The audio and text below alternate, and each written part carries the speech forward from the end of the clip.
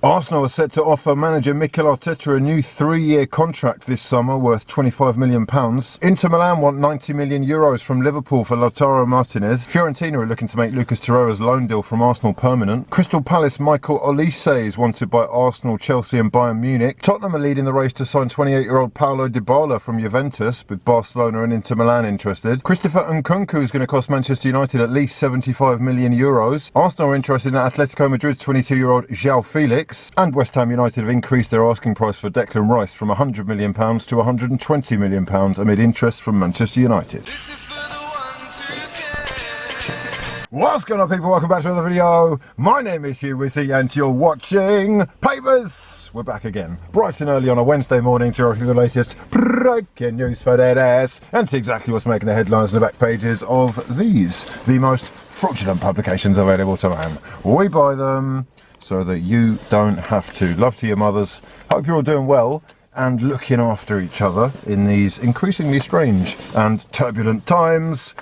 We're all we've got, people. For now, though, we have got 4 fraudulent publications to be going through, including the Daily Mirror, the Times, the Daily Star and the Daily Mail. It's only bloody daily. Like Thompson, it's daily. Like Papers. Let's get down to it.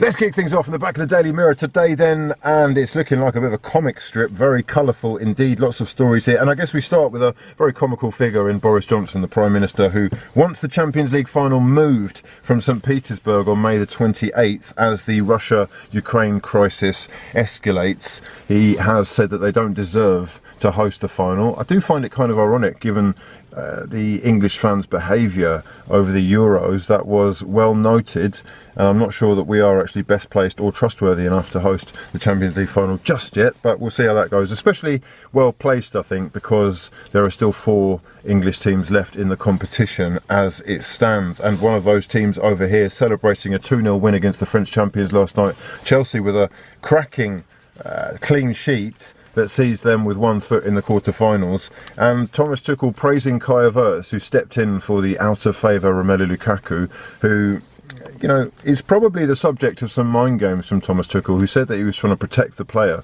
by leaving him out completely. Over here we've got Tyson Fury against Dillian Whyte. Tyson flying into Morecambe, switching off his social media up until fight night, where he will face Dillian in this heavyweight all-British clash. It's set to be a fantastic showcase for the sport. Who do you think's got that one? He's a heavy hitter, Dillian, but of course we know what Tyson is capable of when he sets his mind to things.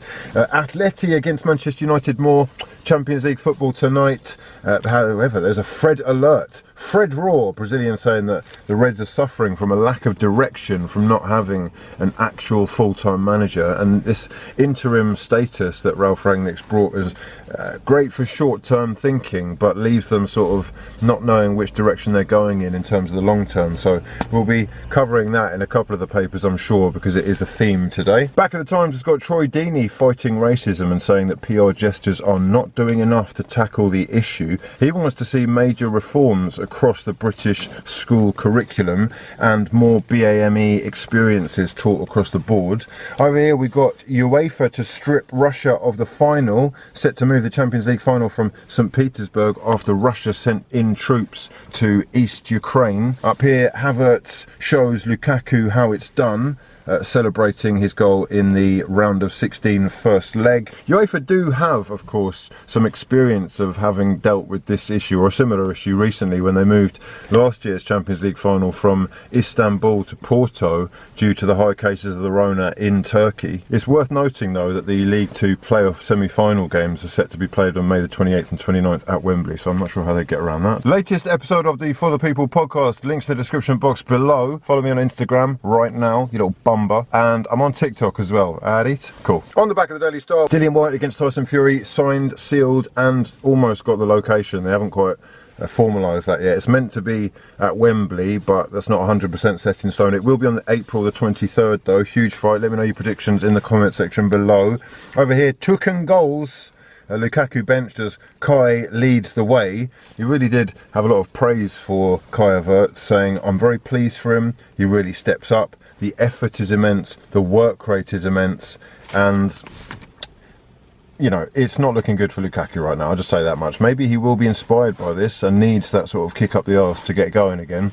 But right now, it's looking like he is sort of fallen foul of that interview, or at least the aftermath. And down here, it's just not right, said Fred. Oh, blimey. Fred admitting that Manchester United are suffering from a lack of direction at the top of the club. On the back of the Daily Mail, we have strip rusher of the final. UEFA holding emergency talks yesterday after Boris Johnson incorrectly claimed that Roman Abramovich had already been on the receiving end of sanctions. He's going to have to correct himself over that, but he did say it's inconceivable for Russia to host a Champions League final given the conflict that has arisen. Over here, Fred hits out at strange Ralph hiring. Manchester United midfielder Fred claiming it's bad that the club don't have a permanent manager and labelling the decision to appoint Rangnick as an interim manager as a strange one. Brendan Rodgers looking to the future and may need another goalkeeper soon, as Kasper Schmeichel could well be moving on. He's got 2 years left in his contract. However, says he wants to play into his 40s and realises he may have to move elsewhere to do so. Sergio Aguero is not going to be playing, but he has agreed to join the backroom staff for Argentina's World Cup bid in Qatar, saying he just wants to help out as much as possible whilst having fun. Jose Mourinho has been fined €20,000 for making a telephone gesture to a ref whose dad was heavily involved in the Luciano Moggi and Juventus match-fixing scandal in 2006. The former director was in regular contact with former referee Pierluigi Pareto, who is the dad of Luca Pareto, who Jose Mourinho was making the gesture at during their 2-2 draw with Verona. We've gone from one crisis and straight into the next. It is Ukraine now. UEFA up to their neck in Russian millions must find their moral compass now. It's been interesting seeing how players have been affected as well, with guys like Yarmolenko and Zinchenko both posting on Instagram. Zinchenko saying, "My country belongs to Ukrainians and no one will ever be able to appropriate it. We will not give up. Glory to Ukraine." Antonio Conte says he's got 3 months to convince Harry Kane that he can fulfil his ambitions at Tottenham and not only break Alan Shearer's Premier League goal scoring record, but also win some trophies to boot as well. Now, this is going to be confusing for some people, but not for others. United States women's team have won a landmark agreement that is going to promise to provide equal pay for the women's and men's national teams. They've also won themselves a settlement of $22 million in damages, which will be shared across the players. I think they were looking for 3 times that amount, but going forward, equal pay for men and women in American soccer. The US women's team have won 4 World Cups since 1985. The men's team have not reached a semi-final since 1930, and they are really not as big a deal as the women's team out there, so this shouldn't come as a surprise to anyone that's been paying attention. Big game yesterday between Steve Bruce's West Bromwich Albion and Chris Wilder's Middlesbrough. Middlesbrough coming off 2-1 winners, and a perfect start for Paul Ince with a 2-1 win over Birmingham. Mikel Arteta's got 16 months left in his Arsenal contract, but the club are eager to secure his long-term future at the Emirates, and his current salary of £5 million is apparently going to be upped to £8.3 million a year at the end of the season. Arteta had taken a 20% pay cut during the Rona crisis, but now Arsenal are ready to hand him a 60% pay hike and see his wages increase to £8.3 million a year, which is the same money that Arsene Wenger was earning when he left the club in 2018. That's about it for this time, lads. If you've enjoyed the video, please do smash the hell out of the like button, subscribe to the channel if you're new, and turn those bell notifications on so you never miss an upload from your fraud father. For now though, I've been Hugh Wizzy, and this has been extremely fraudulent.